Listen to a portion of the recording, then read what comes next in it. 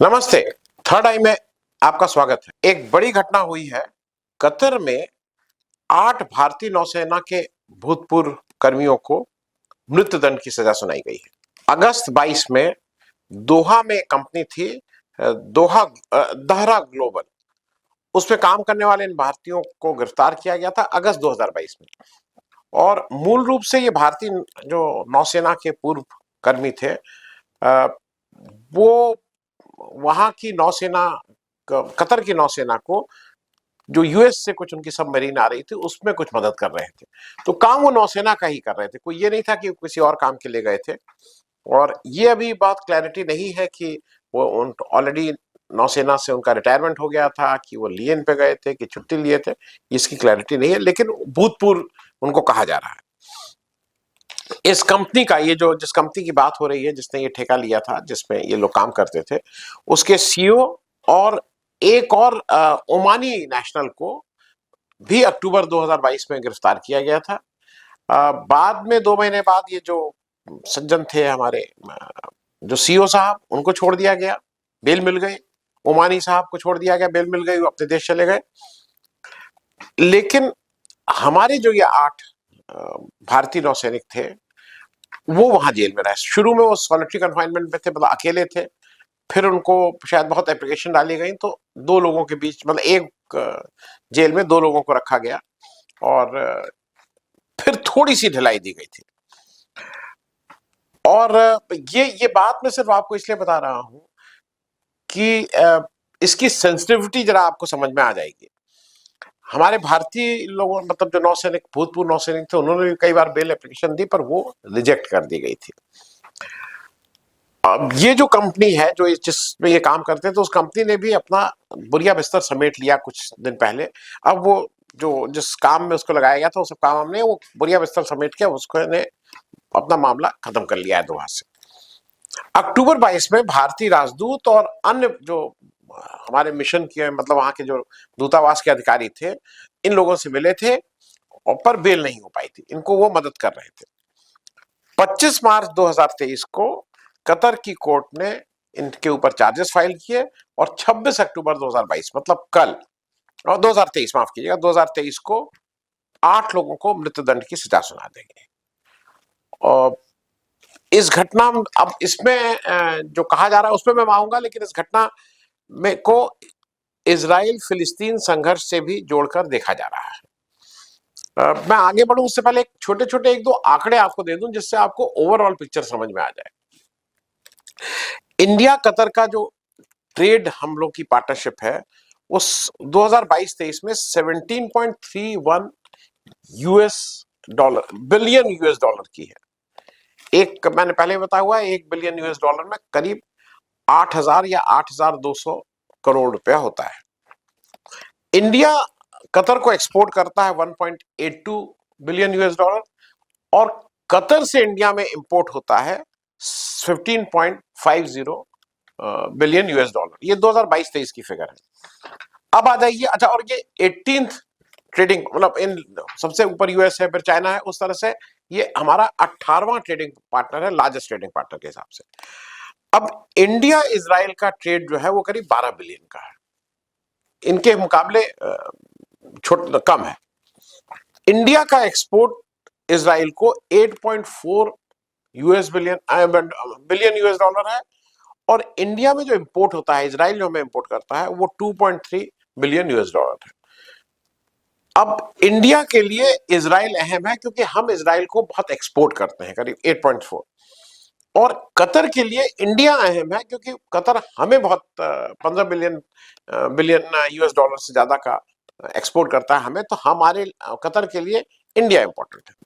एक चीज और समझने वाली है, वो भी थोड़ा समझ लीजिए। जो कतर जो है, इजराइल पैलेस्टीन का जो संघर्ष चल रहा है, उसमें वो पैलेस्टीन के साथ बिल्कुल डट के खड़ा हुआ है।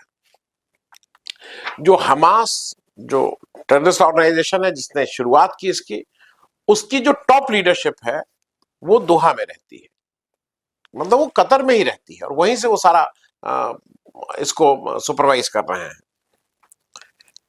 और इंटरनेशनल पॉलिसी में आज जो इंटरनेशनल जो भी चल रहा है, उसमें अब कतर एक अहम प्लेयर के रूप में है। तालिबान का के जो ग्लोबल मिशन को उसने अभी होस्ट किया था। मतलब वहां इस तरह की एक्टिविटीज काफी होती रहती हैं। अब मैं आगे आ जाऊं। विकिपीडिया के अनुसार ये जो नेवी ऑफिशियल्स पे जो आरोप है कि ये लोग इजराइल के लिए जासूसी कर रहे थे, ये विकिपीडिया कह रहा है, बहुत से लोग और कह रहे हैं, लेकिन चूंकि ऑफिशियली कहीं कहा नहीं जा रहा है इसको वो नहीं, तो मैं विकिपीडिया को का वो लगा दे रहा हूं आपके लिए। और किस लिए कर रहे थे? कतर की जो मिलिट्री सबमरीन प्रोग्राम था उसके लिए, इजराइल के लिए ये लोग जासूसी कर रहे थे। अब एक और चीज समझ लीजिए, इजराइल से हमने हाल के दिनों में बहुत दोस्ती बढ़ा ली है। कतर से भी हमारी पुरानी दोस्ती थी, लेकिन इजराइल से आजकल हमारी पक्की वाली दोस्ती हो गई है। हालांकि 1992 में नरसिम्हा राव की जब सरकार थी तो उस समय हमारे इजराइल से डिप्लोमेटिक रिश्ते शुरू हुए थे। भारत ने इजराइल में जाके अपनी दूतावास खोला था, इजराइल ने इंडिया में आके अपना दूतावास खोला था। ये नरसिम्हा राव के जमाने में था।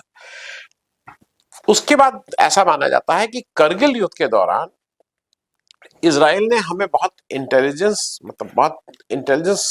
उस समय की रिपोर्ट सप्लाई की कि क्या गतिविधि हो रही, पाकिस्तान क्या कर रहा है, जनरल मुशर्रफ क्या कर रहे हैं। और जब करगिल युद्ध चल रहा था तो हमें कुछ अहम हथियार भी दिए थे। अब क्योंकि इसी के बाद आपको कुछ चीजें, और ये 1999 की बात हो गई। अब जरा सीक्वेंस में आपको 4-5 लोगों की विजिट का बता दूं। सन 2000 में एलके अडवाणी साहब भारत के पहले मंत्री बने जो इजराइल विजिट किए। 2000 में ही जसवंत सिंह साहब भारत के पहले फॉरेन मिनिस्टर बने जो इजराइल विजिट किए। 2003 में शेरॉन साहब जो उनके प्राइम मिनिस्टर थे, first prime minister of Israel to visit India. 2006 में हालांकि यूपीए की सरकार आ गई थी तो शरद पवार, कमलनाथ, कपिल सिब्बल ये सब लोग भी इजराइल गए थे। लेकिन ज्यादा अहम एक नाम और है, 2006 में Modi ji as Gujarat chief minister Israel के दौरे पे गए थे। 2015 में Pranab Mukherjee as first president of India, 2014 में मोदी जी की सरकार आ चुकी थी as the first president of India to visit Israel. Pranab Mukherjee 2015 में गए। 2016 में रेविन जो थे उनके इजराइल प्रेसिडेंट इंडिया आए। मतलब बहुत आना जाना हम लोग का हो रहा था। और 2017 में हमारे prime minister Modi ji, the first prime minister of India to visit Israel, तो ये भी जाके दोस्ती पूरी बढ़ाई गई। और अभी अक्टूबर 2021 में एस जयशंकर साहब हमारे फॉरेन मिनिस्टर, वो भी गए थे इजराइल। मैं थोड़ा कतर के बारे में बता दूं। 2015 में कतर के जो, मतलब मैं इसलिए कि 2014 के बाद की बातें कर रहा हूं, जब ज्यादा पक्की वाली दोस्ती और हो गई। 2015 में जो कतर के अमीर थे, अब वो अमीर बोलते हैं, वो हिंदुस्तान आए थे। और 2016 में हमारे प्राइम मिनिस्टर मोदी जी कतर गए थे। अब एक दो चीजें आपको समझनी होंगी। ये जो लोग पकड़े गए हैं ना, भूतपूर्व नौसैनिक, ये अगस्त 2022 से में पकड़े गए। उसके बाद एक लंबा मुकदमा चला है और इसलिए, लेकिन डिटेल्स नहीं बताए जा रहे हैं। ये माना जा रहा है कि ये सेंसिटिव है और स्पॉइनस से, जासूसी से रिलेटेड है, इसलिए इसके डिटेल्स नहीं बताए जा रहे हैं। लेकिन ऐसा मानना है कि उनके पास पूरे पुख्ता सबूत होंगे, तभी उन्होंने इस एक्शन को लिया है। मृत्युदंड का एक बहुत ही हार्श जजमेंट किया गया है। हालांकि अभी इंडिया के पत्रकार को भी वहां से एक्सपेल किया है कतर ने, क्योंकि उनके अनुसार वो ठीक रिपोर्टिंग नहीं कर रहे थे। अब एक दो चीजें और समझ लेनी होंगी। देखिए, ऐसा है कि जब अगर भारतीय कोई वहां रहता और वो भारत को भेज रहा तो वो इंफॉर्मेशन भेजते हैं। लेकिन जैसे ही भारतीय मूल का कोई व्यक्ति, जो भारत, जिसकी जो मूल का नहीं, भारतीय नागरिक कोई अगर थर्ड कंट्री की कोई बातचीत इधर उधर करती है तो वो जासूसी के पैरामीटर में आता है। और शायद यहीं पे इन लोगों से चूक हुई थी, क्योंकि ये रूटीन काम होता है। जो भी हमारा भारतीय अगर कहीं पे भी पोस्टेड, रूटीन वे में इंफॉर्मेशन भेजता रहता है और ये सब देशों को पता है। पर थर्ड कंट्री के लिए कोई काम करे और हो सकता है उसमें पैसा दिया जा रहा है, नहीं दिया जा रहा है, ये नहीं पता है, लेकिन वो एक उसका सारा नजरिया बदल जाता है। अब सारी बात इस टाइमिंग को लेकर है।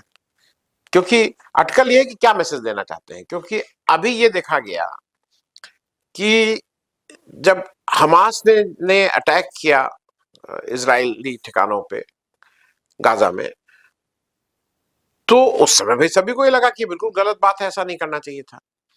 लेकिन उसके बाद जब इजराइल ने अब दोनों तरफ से, इधर से करीब इजराइल मतलब जो इजराइल के लोग हैं वो करीब 1200-1500 मारे गए हैं, और इजराइल ने रिटेलिएशन में जब किया तो ऐसा माना जा रहा है कि 6-7 हजार लोग उन्होंने पैलेस्टीन के मारे हैं। लेकिन इस सारे उसमें कतर बिल्कुल ठीक से पैलेस्टीनियन के साथ खड़ा है, इजराइल के अगेंस्ट, इजराइल के विरोध में खड़ा हुआ है, ये भी समझना होगा। एक दो चीजें और समझ लीजिए। कतर ही वो जगह है जहां पे हमारे बहुत से एनआरआईज, हमारे बहुत से अप्रवासी भारतीय वहां काम करते हैं, उनको नौकरी भी वहां मिली हुई है। एक चीज और याद रखिएगा, कतर ने ही, आपको अगर याद हो कि नूपुर शर्मा और एक और जो सज्जन थे बीजेपी के, जिन्होंने वो सब मतलब पैगंबर के पे उल्टा पुल्टा कहा था, जिसके बाद बहुत हो हल्ला मचा था, कतर ने जब इंटरवीन किया, कतर ने इसको डिप्लोमेटिक लेवल पे इस बात को लिया, उसके बाद ही बीजेपी ने इनसे कहा था कि फ्रिंज एलिमेंट्स, और इनको एक्सपेल किया था, अगर आपको याद हो तो। और कतर ने इस मामले में बहुत सख्ती से इस मामले को उठाया था। तो ये जो चल रहा है, इसको बिल्कुल ये कह देना कि ठीक है, वो तो ट्रायल कोर्ट की जो भी बात है, लेकिन कहीं ना कहीं मुझे ऐसा लगता है कि ये एक थोड़ा डिप्लोमेटिकली इसको बेहतर ढंग से हैंडल किया जा सकता था। लेकिन अगर ऐसा प्रूफ है, उनके पास पक्के सबूत हैं जो वो नहीं बता रहे हैं, तब बात दूसरी है। हम लोग थोड़ा एक चीज और हुई है कि हाल के दिनों में हम लोग जो बहुत सेंसिटिव डिप्लोमेटिक इश्यूज हैं उसमें बहुत ट्रिगर हैप्पी हैं, जिसमें कहते नहीं कि तुरंत कुछ करो, तुरंत कुछ करो। अब इस समय कोई बोल नहीं रहा है, लेकिन जैसे ही इजराइल और वो शुरू हुआ था, मोदी जी तुरंत खड़े हो गए थे कि नहीं नहीं, इजराइल के साथ है, इजराइल के साथ है। हालांकि बाद में फिर गवर्नमेंट ऑफ इंडिया की तरफ से ऑफिशियल वर्जन आया कि नहीं नहीं, हम तो पैलेस्टीन भाई हमारा पुराना है, और वो बात दूसरी आने लगी। और अब ये भी माना जा रहा है कि नेतन्याहू, वहां इजराइल के लोग भी ये मान रहे हैं कि नेतन्याहू भी इलेक्शन सामने देख के कुछ उसी तरह का काम कर रहे थे, जैसा सतपाल मलिक जी आरोप लगाते हैं कि पुलवामा बालाकोट को राजनीतिक कारणों की तरह यूज किया गया था, जैसा वो आरोप लगाते हैं, उसी तरह से नेतन्याहू के ऊपर भी वहां के कुछ लोग आरोप लगा रहे हैं कि वो इलेक्शन जीतने के लिए भी कहीं वो इस घटना को यूज कर रहे थे। अब बात सिर्फ यही है कि 8 भारत के नौसेना के कर्मी, मैं अभी भी ये मानता हूं कि नौसेना के कर्मी थे तो कोई ऐसी दिक्कत वाला उनको नहीं था कि उनको बहुत पैसे का, क्योंकि जो फौज में काम कर रहा है, जो फौज के किसी भी अंग में काम कर रहा है, उसको पोस्ट रिटायरमेंट इतना मिलता है कि वो आराम से एक अच्छा इज्जत वाला जीवन व्यतीत कर सके। तो पैसा नहीं हो सकता है, लेकिन इसको क्यों किया गया है, ये कैसे हुआ है, ये सोचने वाली चीज होगी। और जिसको कहते हैं ना, कोर्स करेक्शन का भी है। इट इज हाई टाइम कि भारत के जो डिप्लोमेटिक रिश्ते हैं उस पर हम थोड़ी सेंसिटिविटी रखें। जो भी हमारे रिलेशनशिप हैं उनके बारे में बहुत हार्श वर्ड यूज करने का जो एक नया ट्रेंड चला है, उस पर थोड़ा संयम रखें।